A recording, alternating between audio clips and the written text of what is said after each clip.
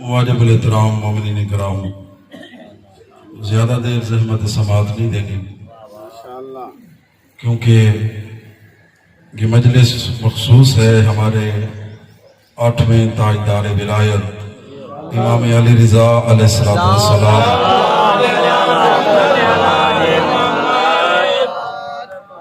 کی شہادت کی مناسبت سے یہ مجلس ہے۔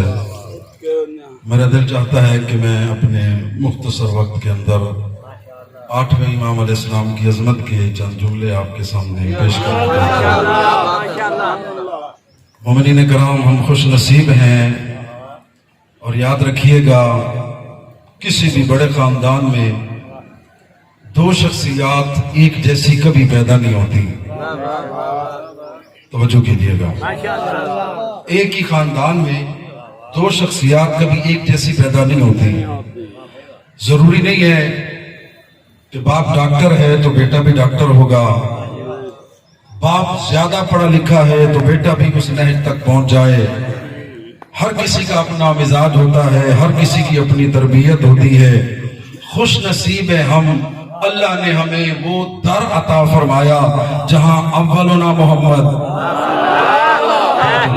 اوسطنا محمد، آخرنا محمد و کلنا محمد کے مصداق ہیں۔ اور یاد رکھیے گا دوستو بزرگوں، اور کاش اللہ کرے ہمارے ہاں یہ کیپیسٹی اور یہ چیز پیدا ہو کہ جس ذات کے ساتھ مجلس منسوب ہو سب پڑھنے والے اسی پر بات کریں۔ لیکن ہوتا یہ ہے کہ جو بات کرنا چاہتا ہے اس کے لیے وقت کی گھنٹی کو دبا دیا جاتا ہے۔ کوئی بات نہیں، جو میرا ٹائم ہے میں اس میں انشاءاللہ گفتگو کو تمام کروں گا۔ ہمارے دو اماموں نے ہجرت کی ہے، مولا حسین علیہ السلام اور ہمارے 8ویں امام نے ہجرت کی ہے۔ مولا حسین نے مدینہ سے کربلا اور 8ویں امام نے مدینہ سے ایران۔ اور یاد رکھیے گا مولا حسین کی ہجرت نے اسلام کو بچایا اور امام رضا علیہ السلام کی ہجرت نے شیعت کو بچایا۔ میرے ساتھ تعاون کریں گے، میرے پاس وقت نہیں ہے کہ میں جملوں کی وضاحت کر سکوں۔ مولا حسین نے اسلام کو بچایا، امام رضا علیہ السلام نے شیعت کو بچایا۔ یہ سینکڑوں میل کے سفر کے دوران لوگ کردار علی سے ناواقف تھے، آل محمد کی تربیت سے ناواقف تھے۔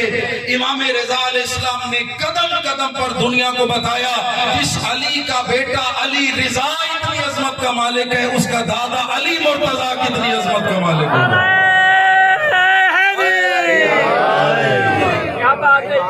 موٹ صاحب کی لائن ہے، امام گھر سے نکلے ہیں، مامون رشید تک پہنچتے پہنچتے معجزات کی انتہا ہے۔ اللہ آپ سب کو زواری پر لے جائے۔ گئے ہیں نیشا پور، یہاں سے عظیم معجزات کا سلسلہ شروع ہوتا ہے، اور نیشا پور وہ شہر ہے کہ جہاں پر امام کی سواری رکی، 24,000 لکھنے والے مولا کا فرمان لکھنے کے لیے کاغذ قلم دوات لے کر کھڑے ہوئے ہیں۔ اور مومنین میں عرض کروں گا، اے بادشاہ وقت، دیکھنا ہونا تیرا اختیار کیا ہے، آل محمد کا اختیار کیا ہے۔ نیشا پور کے شہر میں آ جا، لوگوں کو بلا کر پیسے دے کر مجمع اکٹھے کرنے اور بات ہے، دل میں آل محمد کی محبت کو خود چل کر آنا اور بات ہے۔ لوگ آئے ہیں امام کے فرمان کو سننے کے لیے۔ امام نے چہرے سے نقاب کو اتارا، ایک جملہ فرمایا، اور یاد رکھیے گا مومنین کرام، امام نے یہ حدیث کے ارشاد فرمائی۔ مولا فرمائے حدثنی عن ابی وعن ابی وعن ابی، مجھے میرے بابا امام موسیٰ کاظم نے بتایا، انہیں ان کے بابا امام جعفر صادق نے بتایا، انہیں ان کے بابا امام باقر نے بتایا، انہیں ان کے بابا علی زین العابدین نے بتایا، انہیں ان کے بابا سید الشہداء نے بتایا، انہیں ان کے بھائی مولا حسن مجتبیٰ نے بتایا، انہیں ان کے بابا علی مرتضیٰ نے بتایا، انہیں ان کے آقا رسول خدا نے بتایا، خدا رسول خدا کو جبریل نے بتایا، جبریل کو خدا نے بتایا۔ ایک سلسلہ ہے پاکیزہ جو امام نے ذکر فرمایا۔ اور یاد رکھیے گا باقی تبھی تک گھبرانیاں تو نہیں ہوئی یہاں سے ہے اجازت؟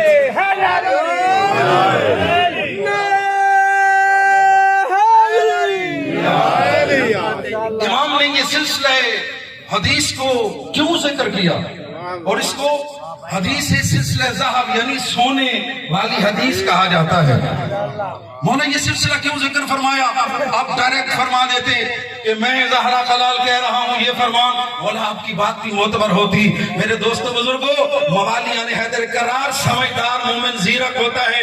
مولا فرماتے آؤ امام علی رضا سے لے کر میرے نانا رسول خدا اور خدا تک دیکھ لو، ہمارا راستہ بھی ایک ہے، ہمارا فرمان بھی ایک ہے۔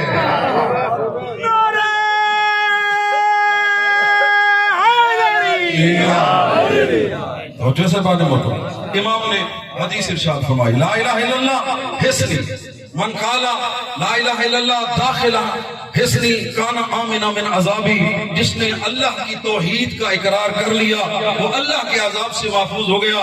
لکھنے والے سمجھے حدیث ختم ہو گئی، کاغذ قلم سمیٹ لے۔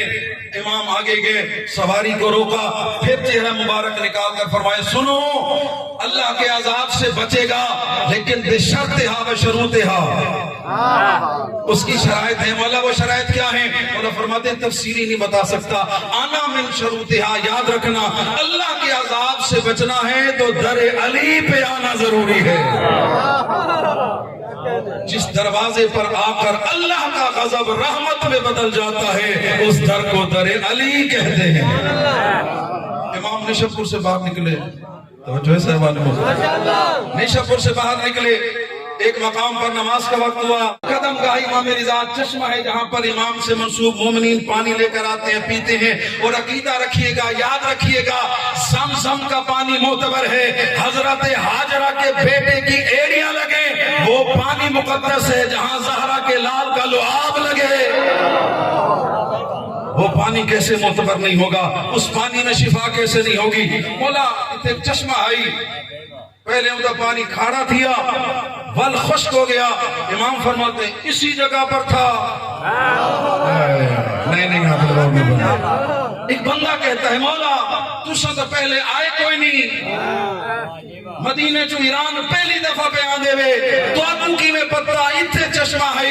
مولا مسکرا کر یقیناً یہ فرمایا ہوگا یاد رکھنا میں ابو تراب کا بیٹا ہوں۔ امام نے کہا یہاں کھدائی کرو، نکالا گیا، امام نے اپنا پاکیزہ لعاب رکھا۔ اچھا یہ آل محمد کا لعاب کوئی معمولی چیز نہیں، یہ اتنی برکت اتنی عظمت والا ہے۔ مجھے ایک جملہ کہنے کی اجازت ہے، عبداللہ ابن مسعود صحابی رسول ہے، مفسر قرآن کا بہت بڑا عالم سمجھا جاتا ہے۔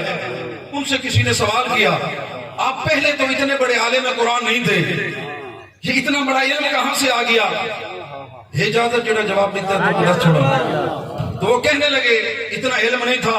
ایک دن رسول اللہ کی خدمت میں بیٹھا تھا، پاک پیغمبر کی خدمت میں کھجوریں آئیں، رسول نے مجھے بھی دی، میں نے کھجوریں کھا کر ہاتھ بڑھایا، نبی پاک کہتے ہیں عبداللہ تجھے تیرے حصے کی کھجوریں مل نہیں گئی؟ یا رسول اللہ آج میرا دل بن گیا ہے آپ کے جھوٹے کھجور والی گٹھلی جس پر آپ کا پاکیزہ لعاب لگا ہوگا، میرا دل چاہتا ہے وہ چوسوں تاکہ اللہ مجھے علم عطا کرے۔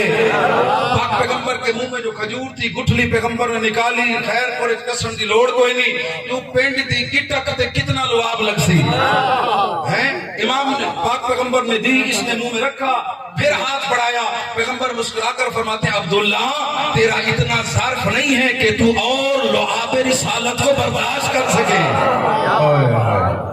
تیرے لیے ایک ہی دانہ کافی ہے۔ عبداللہ کہتے ہیں جب تک وہ حضور کے جھوٹی لعاب والی گٹھلی نہیں چوسی تھی، علم اتنا نہیں تھا، جیسے وہ لعاب میرے اندر گیا مجھے ایسے لگنے لگا علم قرآن میرے سینے میں ٹھاٹھے مار رہا ہے۔ اب مجھے جملہ کہنے کی اجازت ہے، جو ایک مرتبہ پیغمبر کے لعاب والی گٹھلی چوس لیتا ہے وہ مفسر قرآن بنتا ہے، جو علی زبان رسالت چوسے وہ ناطق کے قرآن بنتا ہے۔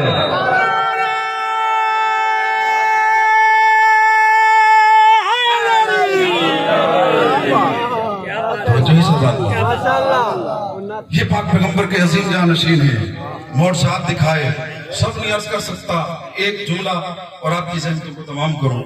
دوران سفر ایک شخص نے خواب دیکھا جو کہنا چاہتا تھا آل محمد کا ہاتھ عدالت میں برابر ہے۔ ایک شخص نے خواب دیکھا کہ ہمارے شہر کی مسجد میں نبی پاک تشریف لائے ہیں اور جو بھی ملنے جاتا ہے ایک مرتبہ صلوات پڑھ دیں.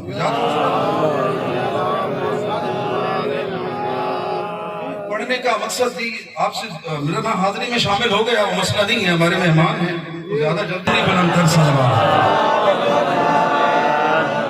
نہیں ابھی بھی اتنی بآواز بلند صلوات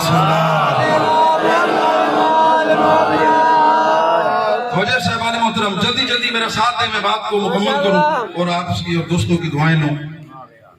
بندے نے خواب دیکھا کہ نبی پاک ساری جامع مسجد وچ آئے نے، جیڑا سلام کرن ویندے آقا کو مٹھی بھر تے کھجوراں عطا کرے دے. ادھے میں گنے 18 دانے، سمجھا شاید میری زندگی دے 18 نہیں ہیں، وسیعتیں شروع کر دیتی ہیں، معافیاں مانگنا شروع کر دیتی ہیں. شاید 18 نبی پاک نے جو 18 دانے دیے ہیں، شاید میری زندگی کے 18 دن باقی ہیں. یہ کہتے ہیں جب 18واں دن تھا اعلان ہوا، لوگوں تمہارے شہر میں فرزند رسول امام رضا تشریف لائے ہیں، جو زیارت کرنا چاہتا ہے شہر کی جامع مسجد میں آ جائے. یہ کہتے ہیں مجھے بھولا ہوا خواب یاد آنے لگا، میں گیا، جس طرح ممبر پر نبی پاک بیٹھے تھے ویسے 8ویں امام بیٹھے تھے. اور اگلا جملہ سننا مومنین، جس طرح نبی پاک کے سامنے کھجوروں والا طبق رکھا ہوا تھا، اسی طرح امام رضا کے پاس بھی کھجوریں رکھی ہوئی تھی. یہ کہتے ہیں مجھے سمجھ آنے لگا میرا خواب کیا ہے. یہ کہتے ہیں میں امام کی خدمت میں گیا، سلام کیا، مولا نے سلام کا جواب دیا، مٹھی بھر کے کھجوریں دی، میں نے گنی 18 دانے تھے. اس جملے کو سمجھیے گا، کتنے دانے؟ 18 دانے تھے. یہ کہتے ہیں میں واپس پلٹا، مولا ایک تو دانے اور دے دے.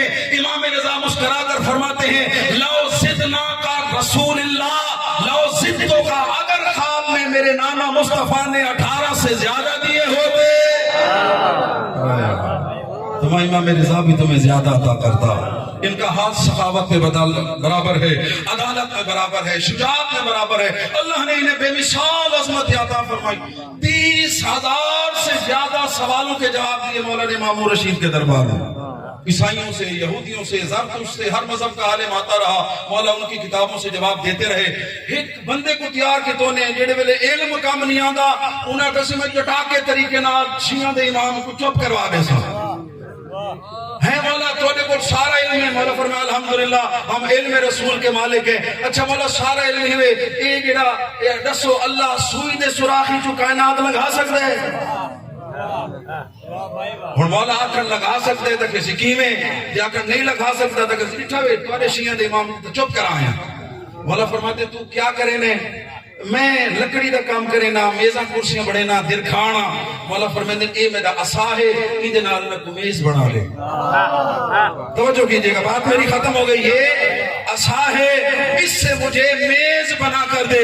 وہ کہتے ہیں فرزند رسول میری کاریگری میں شک نہیں، پورا شہر جانتا ہے میرے سے بڑا کاریگر کوئی نہیں. میری کاریگری میں شک نہیں، اس لکڑی کا ظرف نہیں ہے، اس سے میز بنایا جائے. امام مسکرا کر فرماتے جس طرح تیری کاریگری میں شک نہیں، اس لکڑی کا ظرف تھوڑا ہے، اسی طرح میرے خدا کی قدرت میں شک نہیں، سوئی کے سراغ کا ظرف چھوٹا ہے. پوری کائنات کو اس سے گزارا جا سکتا. بس مومنین کرام میرا وقت تمام ہوا. اللہ آپ کی عبادت کو قبول فرمائے، بانیان کی یہ سائی خدمت قبول ہو. آج بھی آل محمد، اور یاد رکھیے گا آل محمد کے درباروں سے اگر لوگوں کی حاجات پوری نہ ہوتی، ان کے مزارات پر اتنا عظیم رش نہ ہوتا. ایک تازہ معجزہ آپ کو سناتا ہوں. میرے ایک عزیز ہیں، مشہد میں پڑھتے ہیں، کچھ سال پہلے انہوں نے مجھے سنایا کہ تازہ امام رضا کی کرامت یہ ہوئی. آپ کو پتہ ہے جہاں بڑے بڑے پروجیکٹ ہونا، بھی ہمارے ملک میں غیر ملکی انجینئر بھی آئے ہوئے ہیں. فرانس کا ایک انجینئر مشہد میں آیا ہوا تھا کام کے سلسلے میں. چھٹی والے دن کہتا ہے اپنے دوستوں سے کہ یہاں کا کوئی تاریخی مقام ہو مجھے دکھاؤ. وہ مستری باقی انجینئر مومن تھے، انہوں نے کہا یہاں سب سے بڑا تاریخی مقام 8 امام کا روزہ ہے. وہ اس کو لے کر امام رضا علیہ السلام کی بارگاہ میں آئے، روزے کی ہیبت کو دیکھا، عظمت کو دیکھا. کہا یہ کون ہے؟ کہا جس کا ہم کلمہ پڑھتے ہیں اس کے بیٹے ہیں. دکھاتے دکھاتے زیارت کراتے اس مقام پر گئے جہاں مریضوں کو باندھا جاتا ہے، مریض شفا یاب ہو جاتے ہیں. اس نے پوچھا یہ زنجیریں کیسی ہیں؟ اس کے اس مقامی ساتھی نے بتایا کوئی لا علاج مریض ہونا، اسے یہاں تھوڑی دیر کے لیے